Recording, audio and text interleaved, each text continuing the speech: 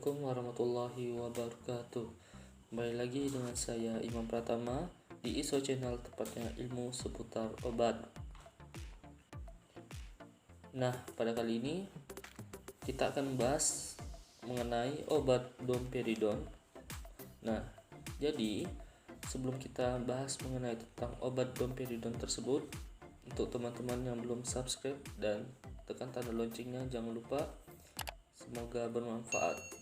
Mari kita langsung membahas mengenai obat domperidon. Baik, pada obat domperidon ini merupakan obat yang sebagai untuk meredakan mual dan muntah. Jadi, obat ini berbentuk tablet, biasanya itu mempunyai dosis 5 mg dan 10 mg, dan terdiri dari obat sirup dan drop tentunya. Dosis ini biasanya disesuaikan dengan usia dan kondisi si penderita. Kemudian kita harus tahu dulu nih mengenai tentang kerja obat domperidon ini terhadap tubuh. Jadi di sini domperidon itu sebagai untuk mempercepat gerakan saluran pencernaan, sehingga makanan yang ada di dalam lambung lebih cepat menuju usus. Jadi, di sini rasa mual itu akan berkurang tentunya. Kemudian, kita akan membahas mengenai obat mereknya. Jadi terdiri apa saja di situ, yaitu ada Motilium, ada Gerdilium, ada Vesperum, ada Vomitas, ada Domeran, dan ada Vidon. Biasanya untuk pengobatan domperidon ini tidak lebih dari 1 minggu ya teman-teman. Jika lewat 1 minggu dan gejalanya belum mereda, jadi hentikan penggunaan domperidon tersebut dan segera konsultasikan kepada dokter. Setelah itu teman-teman, untuk meminum obat ini pastikan 30 menit sebelum makan maupun sebelum tidur. Jadi jangan menambah dosis obat ini dari yang telah diresepkan oleh dokter. Yang kedua, jadi teman-teman jika memiliki riwayat alergi, sebaiknya beritahu dokter terlebih dahulu ya sebelum menggunakan obat domperidon ini. Yang ketiga, hati-hati menggunakan obat domperidon ini bila memiliki riwayat kanker payudara dan intoleransi laktosa. Yang keempat, selanjutnya beritahu dokter bila gejala tidak membaik atau malah memburuk setelah menggunakan domperidon ini. Itu ya guys, jangan sembarangan menggunakan obat domperidon ini. Sebagai info ya teman-teman, jadi intoleransi laktosa ini merupakan ketidakmampuan untuk sepenuhnya mencerna gula atau laktosa dalam produk susu tentunya.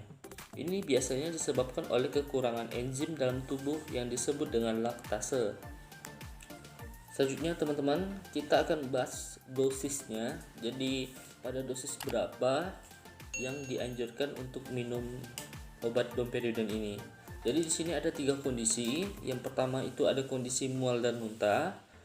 Yang kedua itu ada kondisi mual dan muntah akibat kemoterapi atau radioterapi tentunya.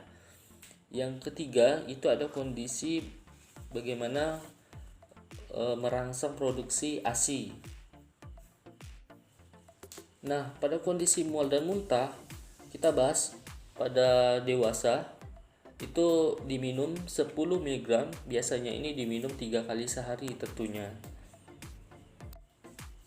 Kemudian untuk anak-anak yang 12 tahun yang di bawah 35 kg, ini biasanya diminum 250 mikrogram, diminum 3 kali sehari, tentunya mempunyai dosis maksimal yaitu 750 mikrogram per kilogram berat badan sehari. Nah, pada kondisi kedua kita bahas tentang mual dan muntah itu diakibatkan kemoterapi atau radioterapi.